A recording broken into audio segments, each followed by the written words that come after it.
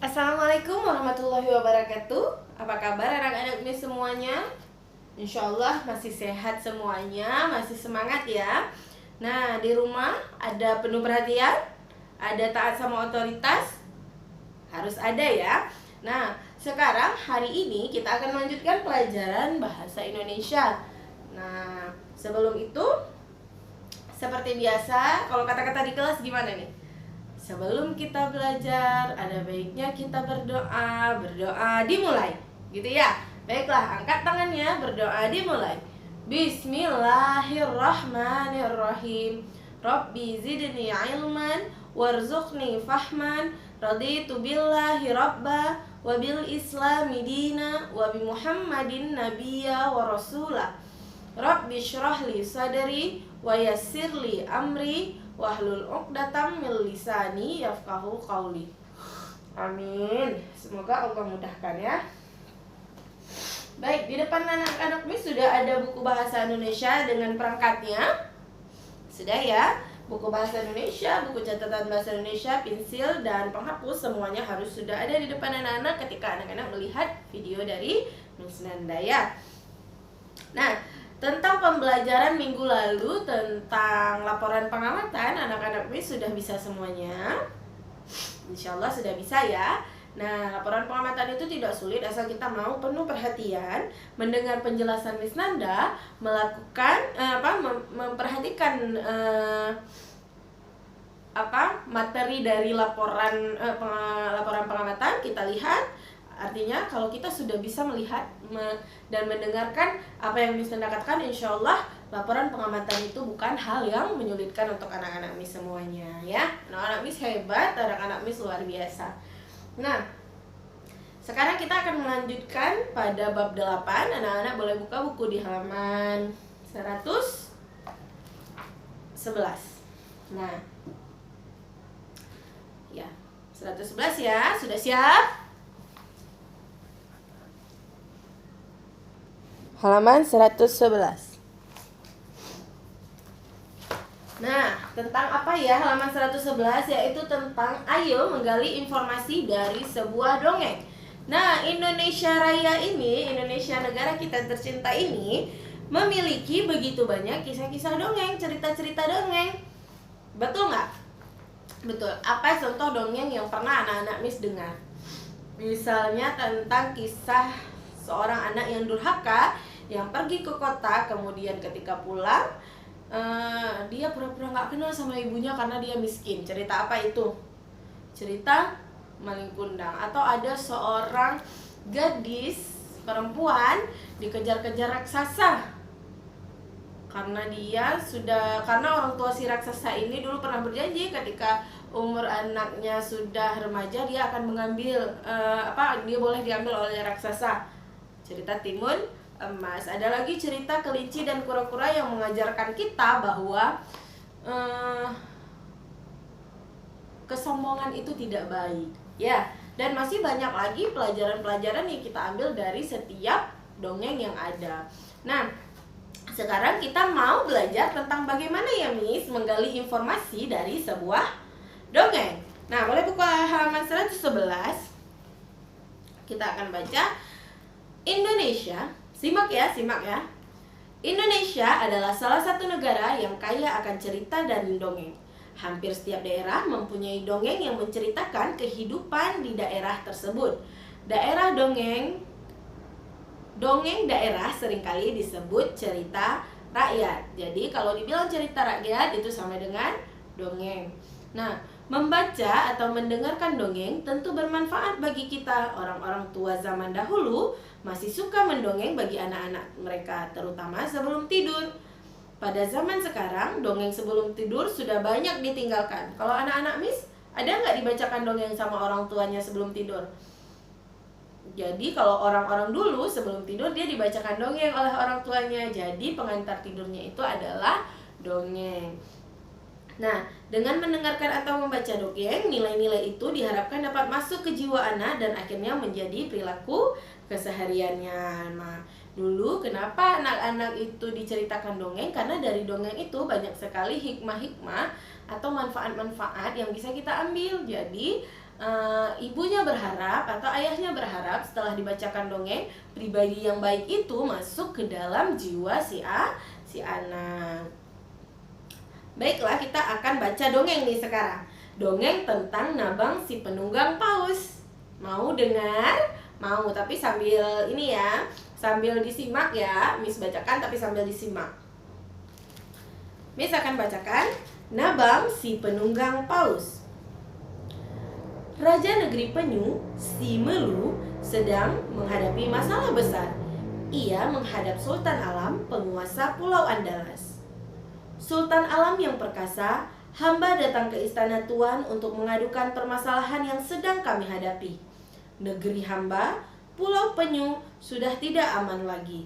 Seekor naga raksasa bernama Smong telah menyerang rakyat hamba. Setiap hari ada korban jatuh. Sebagian rakyat hamba sudah mengungsi ke penjuru dunia karena takut dimangsa Smong. Jelas Raja Penyu sambil menangis. Sultan Alam merasa sedih mendengar penderitaan rakyat dari kerajaan Penyu. Tak lama kemudian, Sultan Alam mengumpulkan para menteri dan panglima Kesultanan Alam.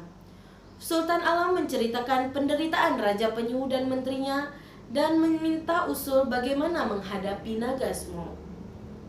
Saya mengenal seorang bocah. Ia adalah putra dari seorang laksamana di negeri hamba. Ayahandanya telah lama hilang di laut.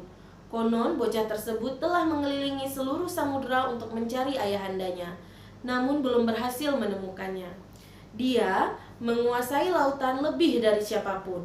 Bocah tersebut didengar dengan sebutan Nabang si penunggang paus, sebab anak tersebut selalu menunggangi paus untuk mengelilingi samudera. Jelas pangeran dari Berus. Sultan Alam terpana mendengar cerita tersebut. Lalu setelah pertemuan selesai, Sultan memanggil sahabatnya si Elang Raja.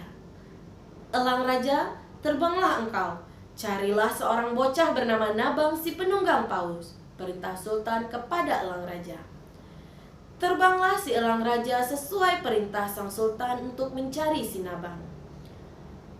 Keesokan harinya, berdirilah seorang bocah kurus berperawakan tinggi dengan seruling yang dikalungkan di dadanya.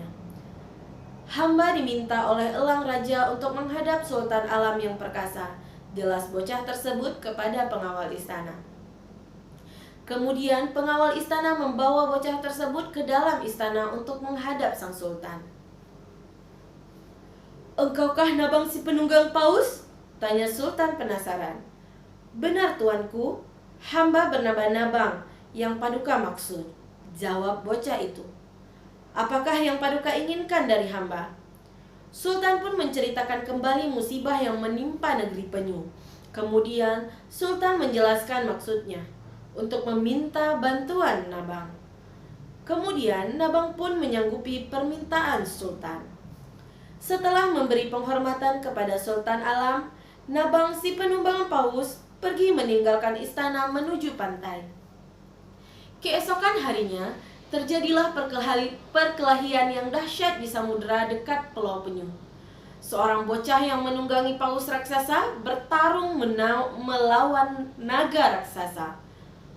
Paus, sahabat si Nabang, sudah terhuyung-huyung dan jatuh ke dasar samudera. Naga Smong pun terus menyerangnya.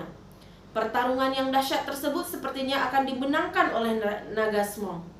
Saat melihat paus jatuh ke dalam samudera, Nabang mengambil serulingnya dan meniupkan alunan sedih. Tanpa diduga, naga yang mendengarkan alunan seruling tersebut menjadi tenang, kemudian tertidur pulas. Setiap seruling itu berhenti mengalun, naga Smong kembali terbangun. Karena itu ditiup lagi seruling itu oleh si Nabang. Pada saat naga Smong tertidur itulah Paus mendorongnya ke dasar samudera. Paus mengurungnya di dalam celah di dasar samudera. Setelah itu, Nabang menghadap Sultan Alam. Nabang menceritakan bahwa dia sudah berhasil mengurung Smong di dasar samudera. Sultan gembira sekali mendengar kabar itu. Nabang juga memberikan pesan, apabila suatu hari nanti naga raksasa tersebut bangun, dia akan mengamuk sehingga bumi bergoncang kuat. Mintalah rakyat untuk mengungsi ke tempat yang lebih tinggi. Naga Smong akan menghisap air laut hingga surut. Kemudian dia akan menghamburkannya sehingga air laut bergelombang tinggi akan membanjiri daratan. Selanjutnya, Naga Smong akan tertidur lagi untuk mengumpulkan tenaganya. Pada saat terbangun lagi, ia akan menggoyangkan dasar samudera tempat ia dikurung. Sejak itu, Nabang si penunggang paus menetap di Pulau Penyu bersama Raja Penyu, si Melu, dan rakyatnya. Apabila terjadi gempa besar dan air laut surut, maka orang-orang di Pulau Simelu akan berteriak, "Smong! Smong! Smong!" untuk mengingatkan orang-orang akan datangnya gelombang tinggi dari laut, yaitu tsunami. Nah, jadi ternyata tsunami ini, cerita tsunami pada tahun 2004, ternyata ada dongengnya, yaitu dongengnya itu bukan judulnya tsunami, tapi dongengnya berjudul Si Nabang Penunggang Nabang si Penunggang Paus. Nah, jadi dia itu mengalahkan si naga raksasa dan mengurungnya di dasar samudra. Jadi kalau terjadi gempa dulu, kalau boleh tanya sama ayah bundanya, gimana bunda kejadian tsunami, apakah ada gempa terlebih dahulu baru tsunami? Nah, jadi menurut cerita ini bahwa ternyata ketika bergoncang bumi, ketika gempa itu adalah Smong yang mengamuk dan kemudian dia menghisap air laut, kan gitu kalau tsunami ya. Kalau tsunami ditarik dulu air laut, kemudian baru dihembuskan kembali, dihemparkan kembali airnya. Nah, jadi cerita-cerita seperti itu ternyata sudah ada dongengnya ya. Nah, sekarang tugas anak-anak ada di halaman 114 untuk menjawab soal nomor 1, nomor 2, nomor 3, nomor 4, dan nomor 5. Kemudian, carilah sebab-sebab terjadinya gempa dan tsunami. Nah, kalau di sini kan kerja kelompok, karena kita di rumah boleh bekerja dengan orang tua masing-masing di rumah ya.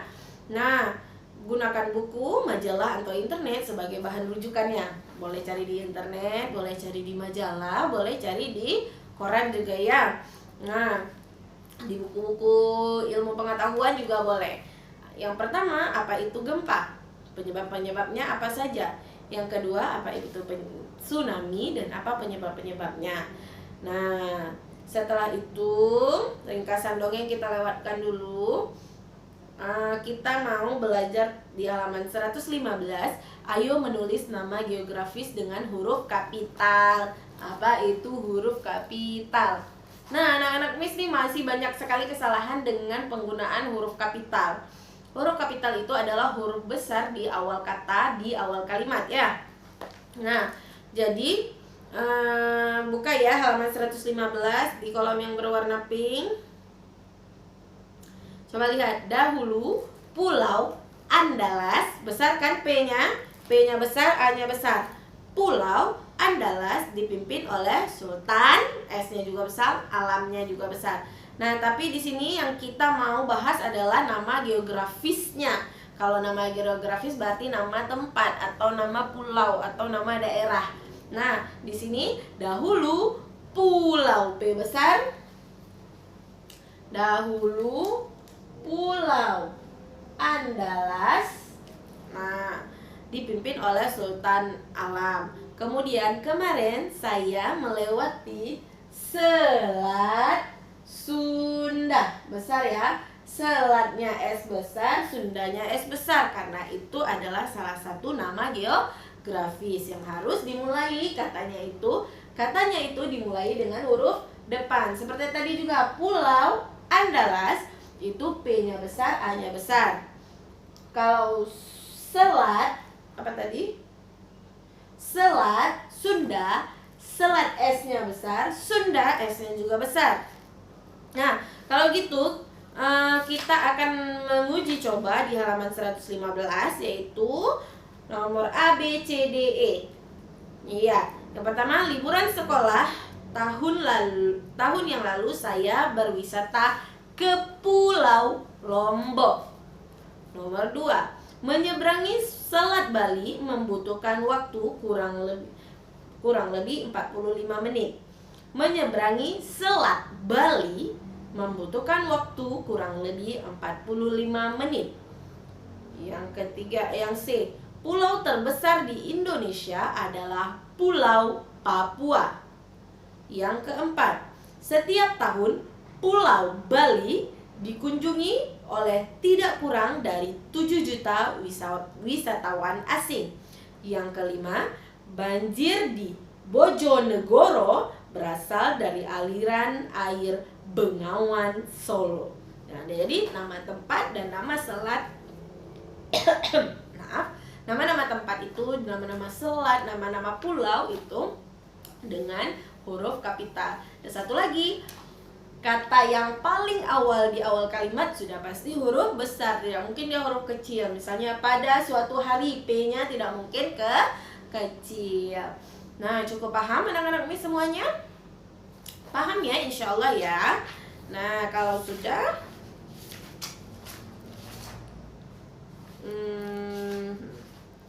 kita masih ada beberapa pertemuan lagi ya. Baik, besok kita selesaikan yang ini. Hari ini cukup dulu sampai di sini. Maaf, Miss juga kurang sehat, jadi mungkin agak kurang semangat yang ngajarinnya ya, maaf ya. Tapi anak-anak di rumah nggak boleh kalah semangat karena anak-anak di rumah tidak sakit ya. Nah, doakan Miss cepat sembuh ya, cepat kembali segar dan semangat lagi, jadi videonya nggak lemas-lemas. Nah ya, oke ya. Nah, sekarang kita akhiri pertemuan hari ini. Boleh angkat tangannya. Bismillahirrahmanirrahim. Subhanakallahumma wa bihamdika asyhadu an la ilaha illa anta astaghfiruka wa atubu ilaika. Amin. Assalamualaikum warahmatullahi wabarakatuh. Semangat anak-anak Miss semuanya. Jangan kalah semangat sama Miss yang sedang sakit ya. Assalamualaikum warahmatullahi wabarakatuh.